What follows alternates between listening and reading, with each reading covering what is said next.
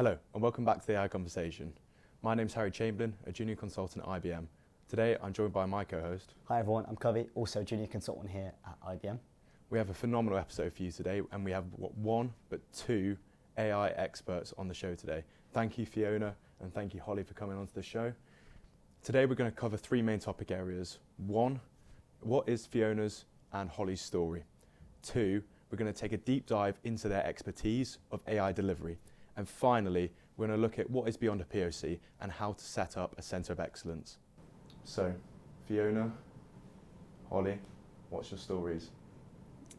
Thank you very much for having us on this episode. So, let me start on a bit about my background. So, my background and my education is not in AI at all. I studied accounting and finance at university. So my degree and my accounting qualification started when I joined IBM as a graduate back in 2012. So I also completed a placement year at IBM. So I've been at IBM throughout my whole career, which has been fantastic, but have had quite the career transformation during that time. So accounting and finance was my background. I joined IBM as a finance consultant after completing a finance analyst placement year, and worked across a number of different accounts and accidentally fell into artificial intelligence delivery, to be honest. And it was the best accident that could have happened. So in 2015, I was brought onto a project with a financial services client, and we started to look at cognitive capabilities that could help some of their back-end processing. And ever since then, I have been on deliveries, including some of our own products, so Watson delivery, some of the hyperscaler products, and very proud to now be very focused on generative AI delivery to complement that. So finance into AI, which is not your natural transition, but I think being a consultant, anything could happen. Holly? Great, thanks. And thank you for having us. This is a really fantastic initiative and great to be here. So Holly Middleton, some similarities to Fiona and some differences as well. So I also didn't study computer science or technical degree. I started in business management degree back in Australia. And then I entered the workforce in more of a startup kind of culture, so a business consulting firm attached to a digital agency. And in that sort of culture, you get to wear a lot of hats, get a lot of experience and responsibility really early. And I was able to work my way up to a head of consulting role in that small company and really sort of understand how the business works and support our clients.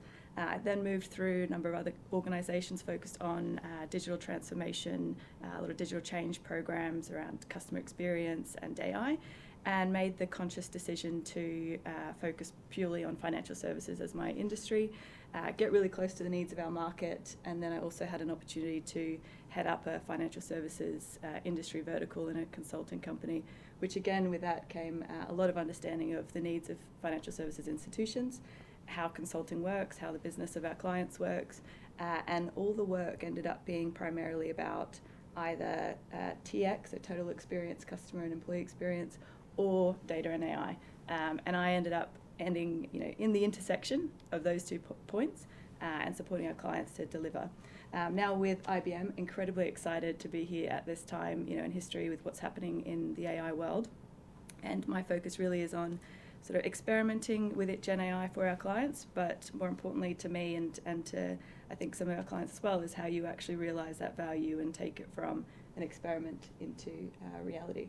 And then through all of that, or amongst all of that, I also did my Masters in Innovation and Technology Management and a bit randomly decided to major in biotechnology. So I'm a bit of a mixed bag as well, but that's really what I think is valuable in this space, is that diversity of thought and different backgrounds. Yeah. Definitely. So interestingly, you between you've studied a range of things and now you work in AI. What, in terms of what we study and how young professionals can upskill, what do you think are kind of those key skills and transferable skills that we need as early professionals moving into the AI space? Very good question. Being curious is absolutely pivotal at the moment in the era of technology growth and technology change.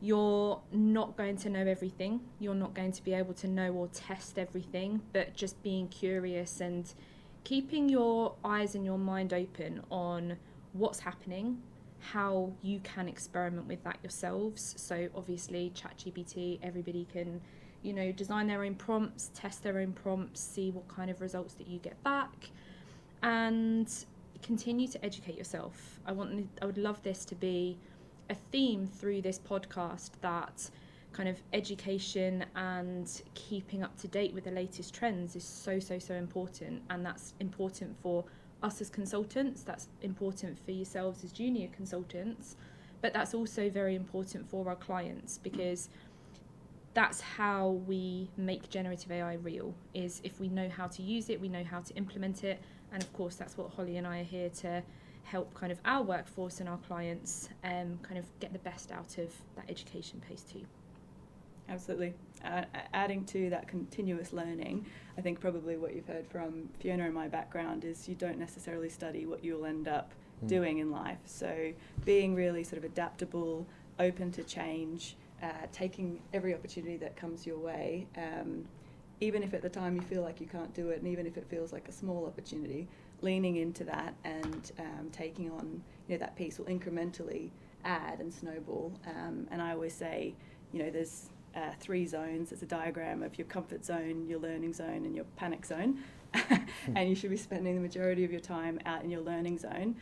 Granted, a little bit in the comfort zone, and naturally there will be times where you dip out into the panic zone, but really push yourself to always be in that learning zone. A lot of our viewers, like myself and Kavi, are non-technical. And obviously you guys have developed your careers into that technical aspects and been able to give that high-level overview. How have you done this? What's your advice for our viewers, for us, of how to bridge that gap? I would say, we all have certain skills, we all have things that we naturally gravitate towards a lot more than others, which is why we pick the degrees that we do, why we pick the sort of career paths that we have. But we always have to, sort of similar to my previous comment, push ourselves to understand how these things work, push ourselves to know enough to talk credibly and have a point of view about it for our clients and help them unpick it, because our clients are equally not always going to be technical folk. So we need to know enough about it and have a point of view of how it would work for their business. And if you've done a finance degree, business degree or other, that information is also incredibly valuable. And we shouldn't underrate it or undervalue that type of thinking, because these are all about, team sport in AI. You will have very technically oriented people in that team, and you also need other orientations in that team and other viewpoints. Yeah, I completely agree with everything Holly has just said. It's about learning and kind of adapting to your specialities and your skill sets. So I am not deeply technical myself. If somebody asked me to go and code or create a, completely go and fine tune a model myself, that's not my speciality. But that's also the beauty of us as humans working together in teams. So play on everybody's strengths, get to know your team, get to know kind of how your team would explain something to you, and then make your own spin on that. So how would you be able to educate somebody else on a particular topic? Well, first of all, you need to know that topic, you need to be able to kind of understand it yourself, and then going out and educating others, and kind of, even if it was between yourselves, sharing some insights to see if that was easily digestible for the other person. That's how it's worked for me. And there is plenty of people in the organisation, there's so many viewpoints on LinkedIn, there is too much knowledge out there, so find what works for you on how you can digest this new trend. And it also shows, respect for your colleagues as well. I mentioned that I was at the sort of intersect between technical teams and business and customer experience and employee experience. If you put the effort in to understand how these things work and the complexities and why something will take time, you can then also understand the perspective of your technical colleagues. And equally, if you understand why is a business really pushing for this by Christmas, or why are they needing X, Y, Z metrics, then you can translate that to the technical teams as well, so that we all understand each other, and that's when the magic happens for teams. I think it's also making sure you always come back to the 5 core questions. So what's happening? How is it happening? Why is it happening? what's the problem that you're solving and what's the benefits that this is proving. If you can always have those 5 questions in your back pocket, and you look at an experiment, you look at a project, and you are able to articulate those 5 questions, you've got a high-level summary of that particular project and the problem you're solving without realising it. Interesting. So if we move on to our second highlight now, really interesting to hear about your stories. So before we move on to this highlight, which is a deep dive into AI delivery, could you guys provide kind of like a holistic view of the life cycle of a project? So from the moment an idea comes when you meet the client all the way through to kind of delivery. Yeah, absolutely. So I'm a project manager, kind of delivery lead. That's my speciality, is going into clients and absolutely working with requirements at the very kind of beginning of the project life cycle. So you typically start with an incubation period where you are understanding the client's needs and the client's problems. Maybe they have a significant kind of spend that they're trying to reduce on a particular area, or a particular process is taking too long. We typically work very closely to understand the problem, be able to articulate the business benefit. That is so important, especially with artificial intelligence and generative AI. It's so easy to rush into a proof of concept to use the technology. Actually, what we're trying to encourage teams to do is start with what's the problem you're trying to solve and what's the business value you're trying to articulate. We then move into potentially a small case proof of concept before going into full-scale delivery to see if the technology can meet the problem that you've identified.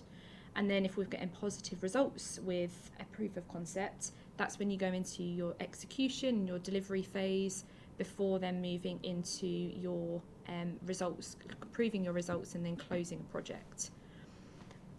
I don't think enough time is spent initially on that analysis and requirement stage up front, which is what Holly and I are very passionate about.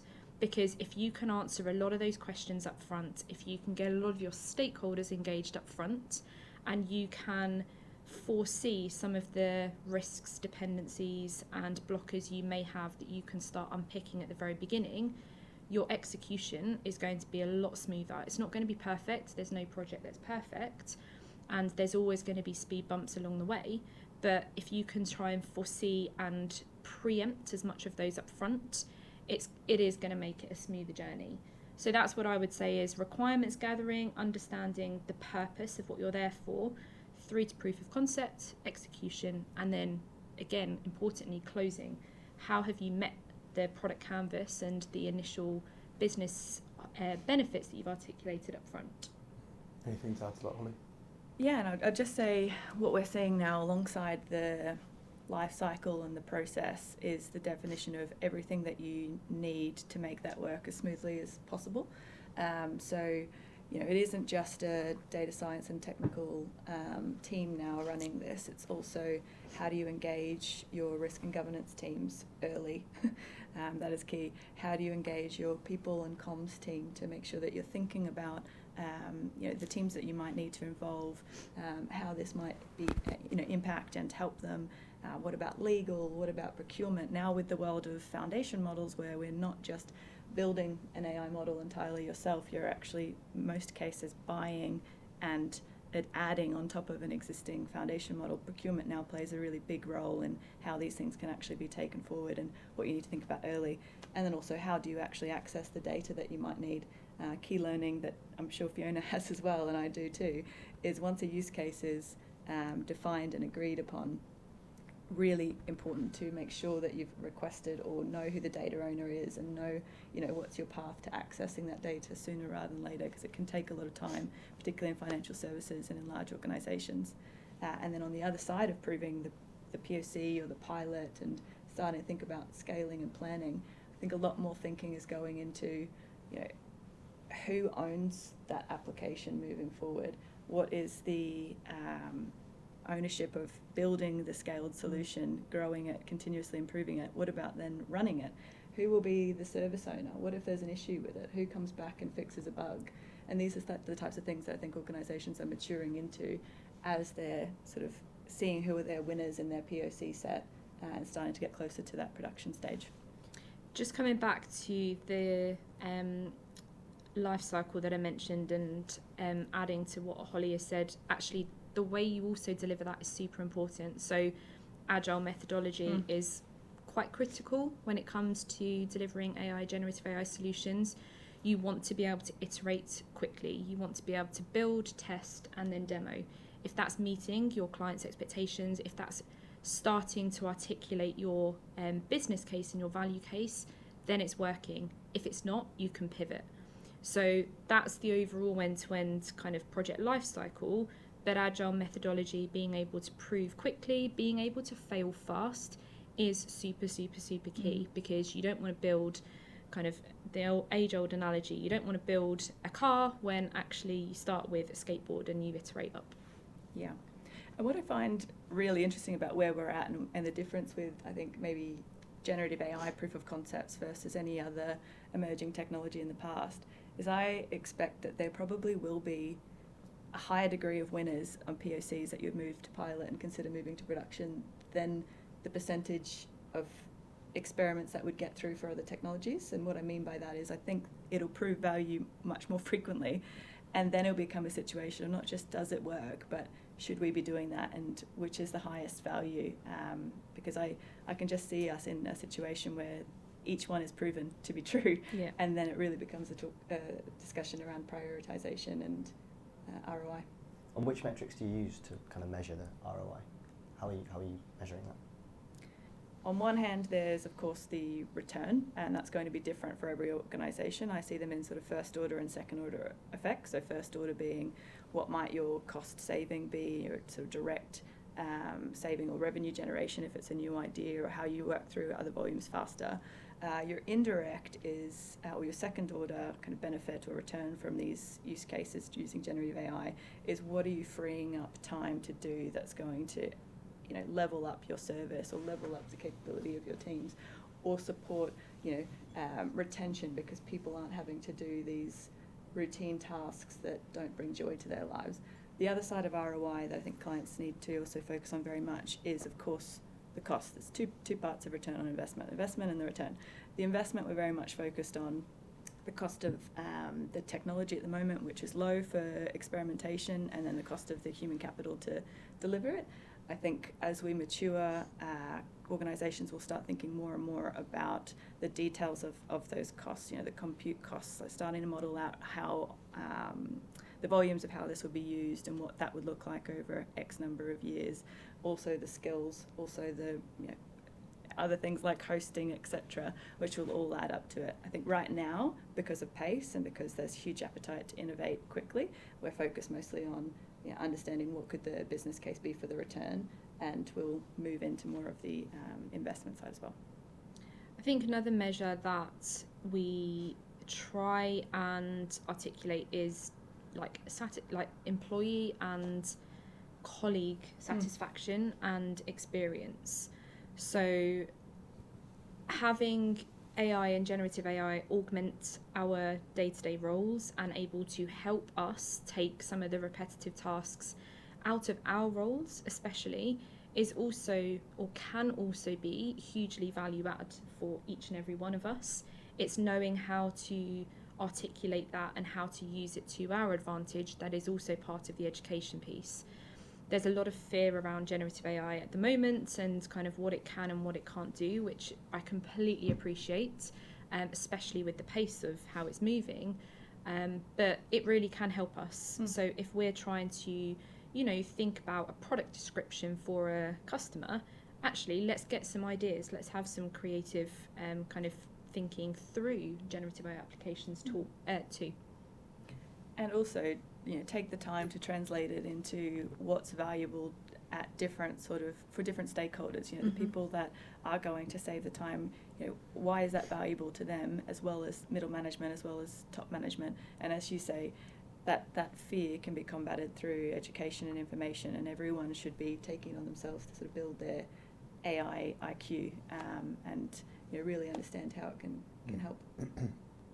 Love that, thank you. So in terms of when we actually deliver our product and services, how do we balance that need for innovation with also that need for practicality and responsibility? Very good question. So let me just have a think about that for a second. Need for practicality and need for innovation. So I think it also comes down to being realistic with some of our timelines and being realistic with some expectations. So the pace of how all of this innovation is moving is making us quite impatient as humans. We expect everything to be at the click of our fingers. We're so used to kind of getting the responses and getting the answers that we want. It's not quite as easy to apply that to a business problem in a safe and transparent way overnight. We have to make sure that there's a lot of the foundational approaches embedded within a technical delivery. And by that, I mean having an operating model. So once you've started to apply generative AI into a particular process, so let's say that we have a team who take calls with customers and we're using generative AI to summarize that call. So it's there for notes for next callers if they need to kind of read through what's happened previously. There still needs to be an operating model around that on how we are validating the summary, how we have a human in the loop to make sure that the model is summarizing correctly, how we're making sure the model doesn't drift, how we're making sure the technology is, and the infrastructure the technology is embedded on, is performing to the appropriate standards, making sure there is that support model around everything, and also making sure, as Holly mentioned earlier, we're taking risk, we're taking security, we're taking networking, we're taking all of the governance stakeholders with us on this journey. That is so important. So it is going to take a bit more time, and if it's done properly, you absolutely can do very small scale, quick proof of concepts locally just to kind of, get your own version of how the technology can be applied. But embedding it is going to take a little bit of time because it has to be done safely and it has to be done according to all of the expectations of that organisation. And how do we balance that, the complexity of this new technology for perhaps a client with older systems? So if there's original infrastructure, how do we integrate that modern technology with the original infrastructure? Is that a blocker or? Do you want to go on that one, Holly? I wouldn't say it's a blocker. I think whilst a lot of what we're talking about in generative AI seems new to the market, in many ways it is, how you bring new technology into an organisation with legacy systems and legacy processes and governance absolutely isn't. There are existing delivery governance frameworks, there are existing forums to agree how you embed something new within something existing and monolithic and complex. So it's just, as Fiona said, understanding what those are and moving through them practically, and also respecting why they're there. I think we need to move away from seeing compliance with governance and existing sort of technical requirements as a barrier to innovation, a barrier to generative AI, and actually see it as simply the cost attached to the massive benefit that you could receive with generative AI, and also the cost of trust, which is so important in this space, because there's a huge amount of opportunity to deliver great value to businesses, great value to customers, great value to society, but what they say about trust, it takes time to build and a second to sort of crumble. So we need to do this right, and with the right guardrails in place, and taking it through these sort of processes and these practical steps to deliver it safely, securely, and with everyone's best interest in mind. And Fiona, just before you give your response, just for our viewers' knowledge, what are legacy servers? Legacy service? What did you say? Services. Services. Apologies. I'm looking at it. So I think it's, when you're building a solution that's using generative AI or foundation models, you won't just be expecting your users, your employees, to be dealing in that application. It'll have to integrate with something else. That service might be a bit more modern if it's sort of at the end of the chain where the users are actually using it. But also it will need to link back into your data sources So how is data flowing into how you're using this? Where is it being stored? What other workflow tools are having to be used? There's a lot that goes into the architecture that sits around purely the engine that where you actually would build the use case or the application is what I would say. And some of those systems are incredibly old. So if you think of organisations that have been around for 100 years, over 100 years, actually the systems that they started that particular organisation with, some of them are probably still there, and you can see how they've aged over time, but actually they store some really critical applications and data. So it's quite hard to touch those systems. And as Holly absolutely said, you need to be able to integrate with them one way or the other. But what I would also say is, actually, this is also where generative AI can really play a core part in legacy systems, is because a lot of the code that system was built on, the knowledge is lost within an organisation because they've moved on, some maybe have retired, and generative AI has the capability to understand that code, to be able to articulate that code in modern day language, but also translate that code into another programming language to help kind of move from a legacy system to a more modern system if you're running a migration, especially if you're running a migration from on-prem to public cloud. Generative AI is really enabling and augmenting that particular migration approach with its capabilities today. Brilliant. And let's move on to our final highlight now, which is beyond the POC. So what comes after a successful POC? What's the next steps?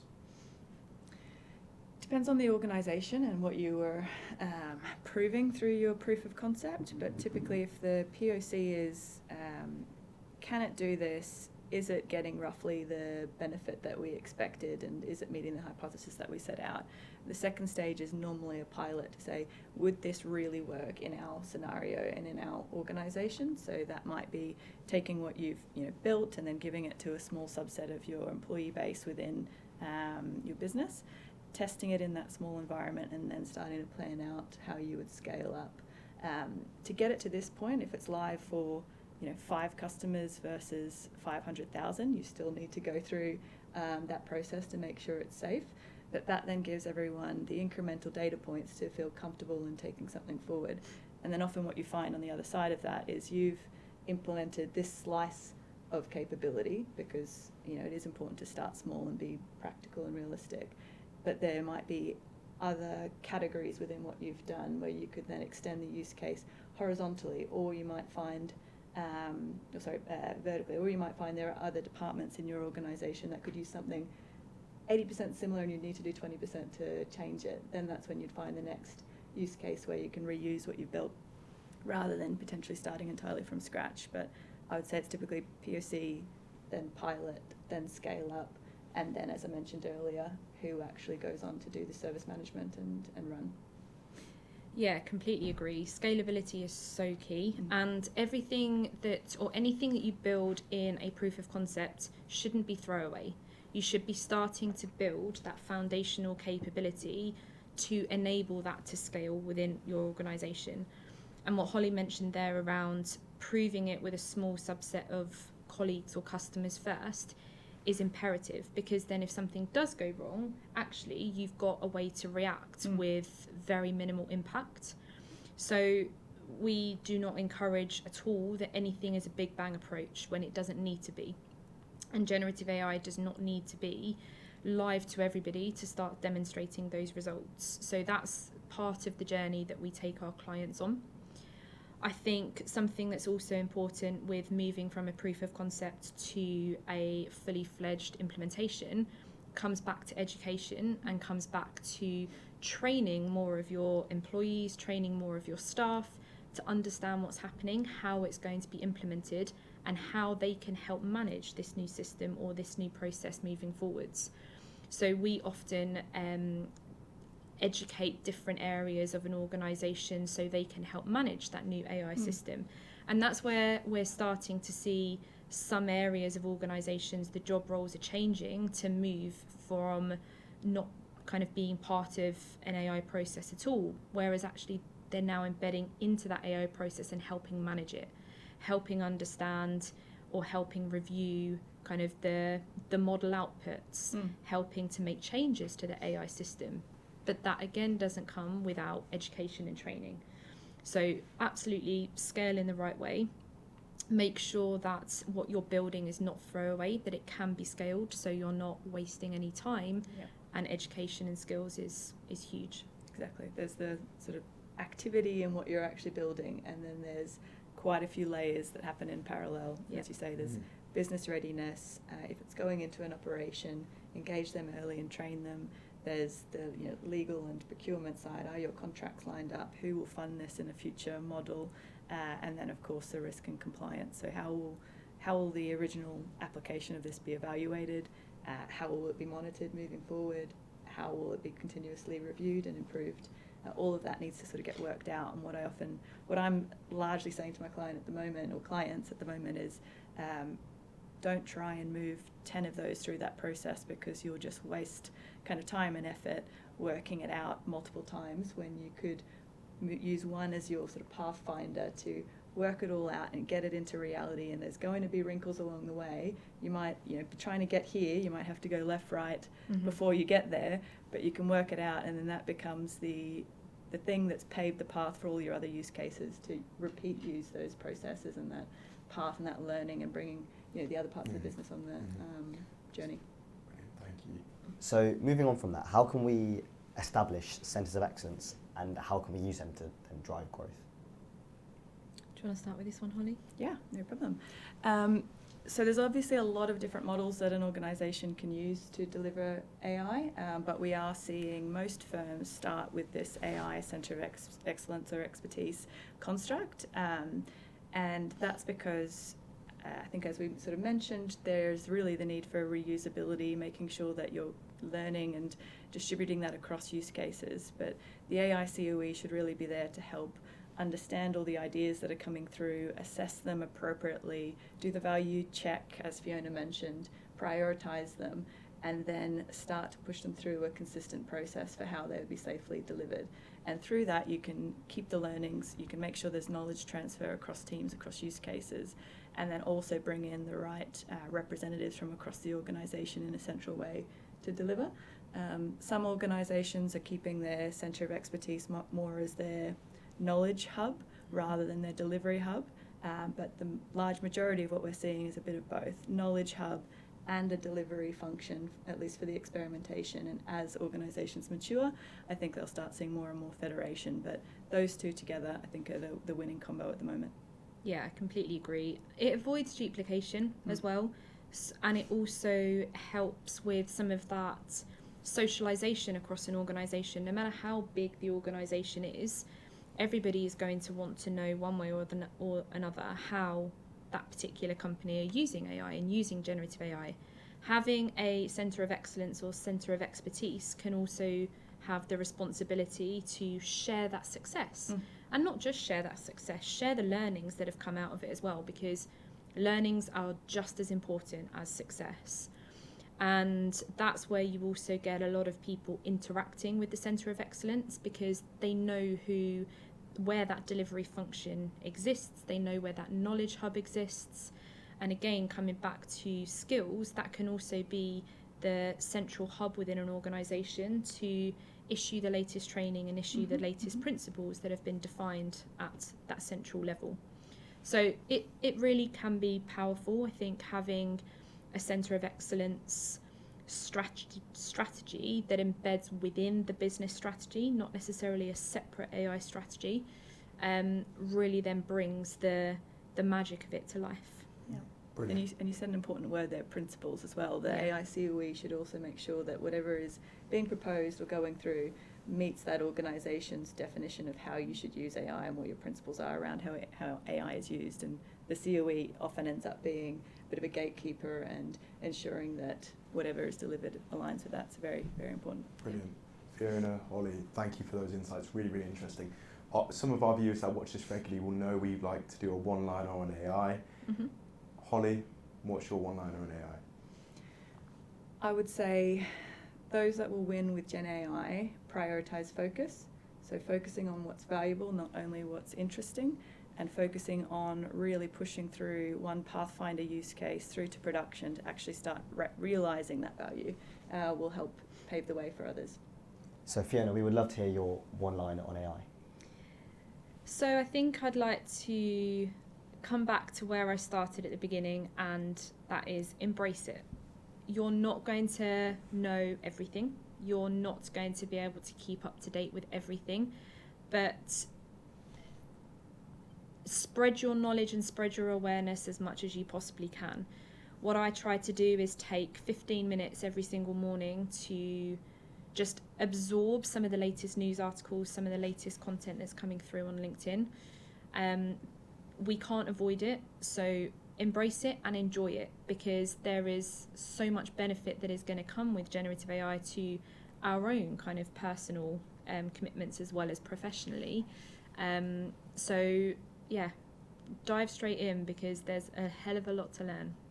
I really like the embrace it, enjoy it part of that. That's brilliant. And then finally, what is the question you'd like to ask? Hopefully, all things being well, Paul Briscoe, if he can come on next week.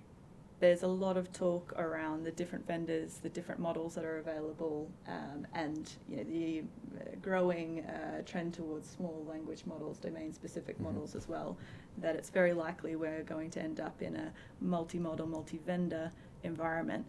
Question to Paul would be, how does he see that practically working, and what is the strategy of both our hyperscaler partners and our clients to bring that together and make that work? Thank you very much. Would you say that's a very Absolutely. question? Brilliant articulation, yes.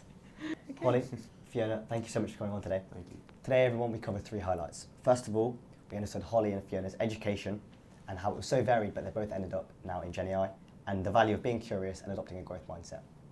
Secondly, we covered a holistic view of AI delivery, how to measure ROI, and how to balance integration with innovation and practicality. And finally, we discovered, beyond the POC, how can we engage clients once we've passed that initial stage, and how we can drive growth to the centre of excellence. Fiona, Holly, thank you so much for coming on. Thank so you, much, you guys. Thank you Thanks for for doing Appreciate this. it.